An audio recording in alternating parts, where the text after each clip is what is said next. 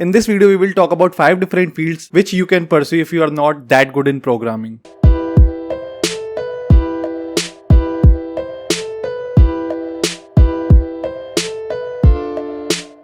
Hello and welcome back to the Codevenger. सो यार एक video में मैंने बात करी थी कि अगर तुम्हें प्रोग्रामिंग नहीं आती है then you shouldn't pursue higher education in computer science, क्योंकि प्रोग्रामिंग का कोई एस्केप नहीं है, कोई भी डिग्री तुम्हें जॉब नहीं दिलाएगी. Ultimately you have to work on your skills और तुम्हारी स्किल्स की वजह से ही तुम्हें जॉब मिलेगी. तो बहुत से लोगों का क्वेश्चन था वो मे बी उनकी प्रोग्रामिंग उतनी अच्छी नहीं है बट फिर भी उनको आईटी फील्ड में करियर बनाना है, which is a fair choice, क्योंकि आईटी बहुत बूम कर रहा है, इंडिया में भी कर रहा है, वर्ल्ड वाइड भी. मतलब future is technology, everything is related to technology nowadays. तुम किसी भी फील्ड में जाओगे बिना टेक्नोलॉजी के वहां पर कुछ भी नहीं हो रहा है. सो आई गेट इट, तुम्हें आईटी में ही करियर बनाना है बट तुम्हें प्रोग्रामिंग उतनी नहीं आती. So in this video we will talk about 5 different fields which you can pursue if you are not that good in programming. Okay, so video start करने से पहले एक डिस्क्लेमर, कोई भी फील्ड हो ultimately programming will help you. और तुम किसी भी आईटी रिलेटेड डोमेन में जाओगे अंटिल वो सेल्स या डिजाइन नहीं है, तुम्हें किस एक सर्टेन पॉइंट के बाद तुम्हें आके कोड करना ही पड़ेगा, because code helps you to automate things.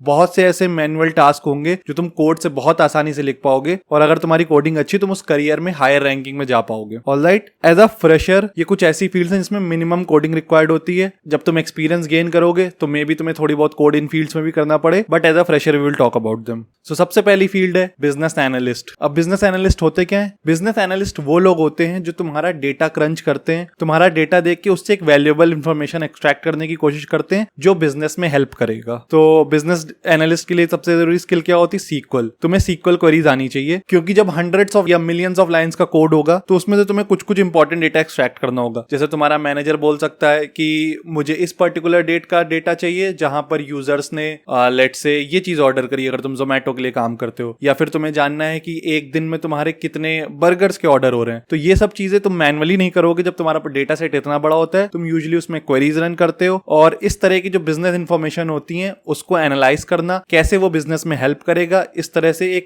Knowledgeable information extract करना डेटा से, ये यूजुअली बिजनेस एनालिस्ट का काम होता है. जिसमें वो लोग डैशबोर्डिंग करते हैं. जो बिजनेस यूजर्स होते हैं उनके लिए डैशबोर्ड्स बनाए जाते हैं. जैसे तुम्हारे कंपनी में बहुत हायर पोजीशन पे लोग हैं, उनको मीटिंग करनी है, मीटिंग के लिए उनको कुछ डेटा चाहिए, तो वो कहां जाएंगे? वो जाएंगे एक कंपनी का एक डैशबोर्ड होगा उनके प्रोडक्ट्स का, उसमें जाएंगे, उससे कुछ इंफॉर्मेशन एक्सट्रैक्ट करेंगे. तो ये सारे काम डैशबोर्डिंग करना, इंफॉर्मेशन एक्सट्रैक्ट करना, ये सब काम बिजनेस एनालिस्ट करता है. इसके लिए तुम्हें सीक्वल आनी चाहिए और बहुत सारे टूल्स यूज होते हैं, जैसे स्प्लंक हो गया, क्विक व्यू हो गया, टैबलो हो गया. सो इस तरह के टूल्स तुम्हें चलाने आने चाहिए. इसके अलावा जैसे तुम अपने करियर में आगे जाओगे तो आर और पाइथन का इसमें बढ़ जाता है यूज केस, क्योंकि वो तुम्हें चीजें ऑटोमेट करने में हेल्प करती है. सो अगर तुम्हें आर और पाइथन आती तो डेफिनेटली बिजनेस एनालिस्ट में तुम्हें हेल्प होगी, बट इनिशियली इसमें कहते हैं relatively as a software engineer उससे कम प्रोग्रामिंग होती है. सेकंड ऑप्शन जो तुम चूज कर सकते हो वो है एज अ नेटवर्क इंजीनियर. अब नेटवर्क इंजीनियर क्या होते हैं? बेसिकली आसान भाषा में समझे तो वो लोग जो कंपनीज का नेटवर्क लेआउट करते हैं. अब we are also connected through a network. ये एक पब्लिक नेटवर्क है जिसको हम लोग इंटरनेट बोलते हैं. ऐसे कंपनीज के अंदर भी नेटवर्क होते हैं. कंपनीज के अपने प्राइवेट नेटवर्क्स होते हैं जिसमें वो लोग अलग अलग ऑफिसेस से सिर्फ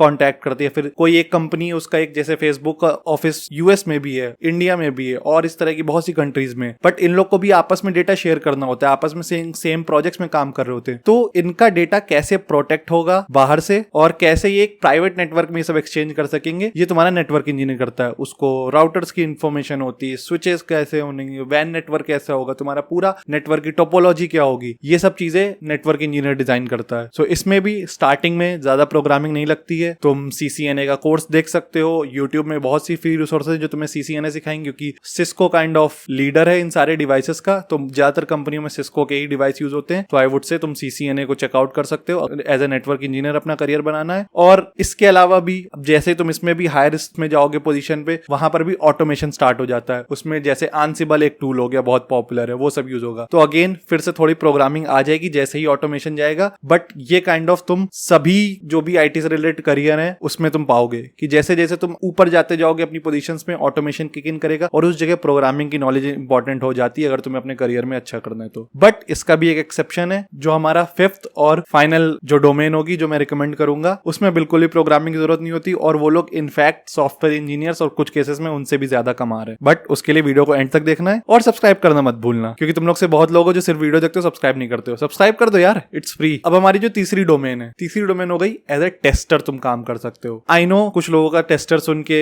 थोड़ा सा मूड ऑफ हो जाता है काइंड ऑफ, क्योंकि टेस्टर्स की मैंने इन जनरल देखा है स्टूडेंट्स में खासकर उतनी अच्छी उसकी इमेज नहीं है। बट अगर तुम्हें प्रोग्रामिंग नहीं आती then it's a good way to enter in IT field. Initial में तुम टेस्टर की जॉब ले सकते हो, इवेंचुअली धीरे धीरे तुम प्रोग्रामिंग सीख के और धीरे धीरे जैसे तुम अपने करियर में घुसोगे और भी तुम्हें चीजें पता चलेंगी, then eventually you can switch. But initially tester is a good option, उसमें प्रोग्रामिंग नहीं होती है। अब जैसे डेवलपर्स होते हैं, कई बार क्या होता है जो डेवलपर्स होते हैं वो they think as a developer sometimes. जैसे मैं खुद डेवलपर हूं तो मैं भी सोचूंगा कि यार कोई भी एक मान लो जो वेब पेज है तो उसमें यूजुअली लोग कहेंगे अच्छा पहले इनपुट ये ए देगा फिर बी देगा, बट ऐसा नहीं होता है। यूजर्स कभी भी कुछ भी क्लिक कर सकता है और as a developer sometimes we lack that कि हमें लगता है नहीं ये तो कोई बेवकूफ आदमी करेगा, ये ऐसे कौन करेगा। बट जब एक ऐप बनता है तो उसमें हर चीज कंसिडर करी जाती है, वर्स्ट केस सिनेरियो लिए जाते हैं। तो इस वजह से टेस्टर का काम होता है, टेस्टिंग एक तरह की तुम्हारा माइंडसेट होता है, वो डेवलपर्स के माइंडसेट से अलग होता है। उसमें वो क्या करते हैं, उसमें वो चीजें पकड़ने की कोशिश करते हैं जो यूजुअली डेवलपर स्किप कर देते हैं, या फिर कोई एक लेमैन यूजर है जिसको कोई भी इंफॉर्मेशन नहीं है उसके बारे में, वो कहीं भी कुछ भी दबा सकता है, तो वो चीजें टेस्टर्स चेक करते हैं। अब इसके लिए बहुत सारे टूल्स होते हैं, जैसे सेलेनियम हो गया, और भी तुम्हारे काफी पॉपुलर टूल्स हैं, but selenium is the most popular one. तो तुम ये टूल सीख सकते हो, कैसे एपीआईज को टेस्ट करते हैं, कैसे बैकएंड को टेस्ट करते हैं, कैसे फ्रंट एंड को टेस्ट करते हैं। तो इस तरह से तुम चीजें फिगर आउट कर सकते हो, एक्सप्लोर कर सकते हो अगर तुम्हें एज अ टेस्टर अपना करियर स्टार्ट करना है। बट अगेन सेम नुआंस यहां भी आ जाता है कि इवेंचुअली जैसे तुम हायर पोजीशंस में जाओगे ऑटोमेशन किक इन करेगा और उस वक्त प्रोग्रामिंग तुम्हें बहुत हेल्प करेगी। चलो अब हमारे फोर्थ फील्ड में आते हैं जिसमें सबसे कम प्रोग्रामिंग लगती है बट थोड़ी बहुत प्रोग्रामिंग की नॉलेज इसमें भी हेल्प करेगी, वो होगा एसईओ स्पेशलिस्ट जो होते हैं। अब क्या होता है, जैसे कि तुमने कोई भी अपनी वेबसाइट बनाई या फिर तुम गूगल में कुछ भी रिसर्च करते हो तो तुम देखोगे कि कोई पेज ऊपर आता है, कोई पेज नीचे आता है, कोई पेज दूसरे टैब में आता है गूगल के। तो ऐसा क्यों होता है? ऐसा इसलिए होता है कि जिन पेजेस का एसईओ यानी सर्च इंजन ऑप्टिमाइजेशन अच्छा होता है, they usually rank higher in the Google search. मतलब तुमने अपना कोई प्रोडक्ट बनाया, मान लो तुम आज के टाइम पे लेट्स से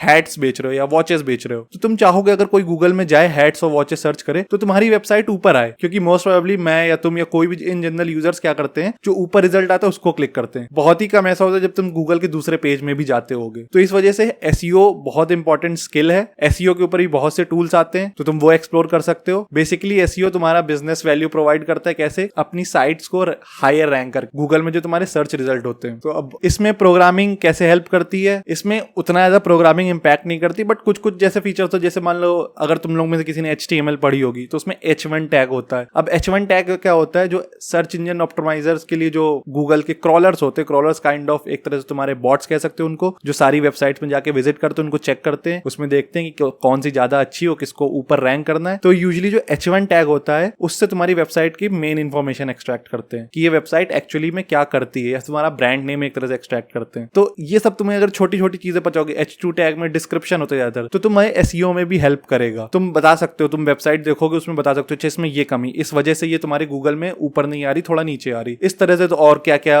गूगल के जो पैरामीटर्स होते हैं जिसपे वो जज करता है, तुम्हें यूजुअली उसको एक्सप्लोर करना पड़ेगा और उनको वेबसाइट्स में इंप्रूव करना पड़ेगा। तो ये बेसिकली काम होता है एसईओस का। अब हमारी फाइनल और सबसे ल्यूक्रेटिव स्किल, अगर तुम्हें प्रोग्रामिंग नहीं आती है, and trust me this is number 1 non programming skill right now, और बहुत से केसेस में they are earning equivalent to software engineers और सम केसेस में इवन हायर। ये होते हैं तुम्हारे यूआई यूएक्स डिजाइनर। अब यूआई यूएक्स डिजाइनर कौन होते हैं? यूआई यूएक्स डिजाइनर बेसिकली वो लोग होते हैं जो तुम्हारे जो एप्स होती हैं या वेबसाइट्स होती हैं इनको डिजाइन करते हैं। अब तुम देखते हो, जैसे तुम बहुत कॉमन एग्जांपल फेसबुक यूज करते हो या फिर व्हाट्सएप यूज करते हो, तो व्हाट्सएप में जब तुम्हारा मैसेज चला जाता है तो सिंगल टिक बन के आता है, जब वो यूजर को रिसीव हो जाता है तो डबल टिक बन के आता है, जब वो रीड हो जाता है तो ब्लू टिक बन के आता है। तो ये सारे जो डिसीजंस होते हैं, यानी यूजर का एक्सपीरियंस कैसे इंप्रूव करे एक ऐप में या वेबसाइट में, ये तुम्हारा यूआई यूएक्स डिजाइनर डिसाइड करता है। कौन सा कलर यूज होना चाहिए, जैसे तुमने ज्यादातर फूड ऐप देखे होंगे उनका कलर रेड या ऑरेंज होता है, क्यों? क्योंकि वो एक काइंड ऑफ हंगर का कलर होता है। जो तुम्हारे इन्वेस्टमेंट ऐप होते हैं ज्यादातर ब्लू होते हैं। इस तरह से जो इन कलर्स की स्टडीज हो गई, अलग अलग फॉन्ट की स्टडीज हो गई, और क्या देखने में अच्छा लगता है, क्या एस्थेटिक लगता है, ये सब चीजें तुम्हारा यूआई यूएक्स डिजाइनर ही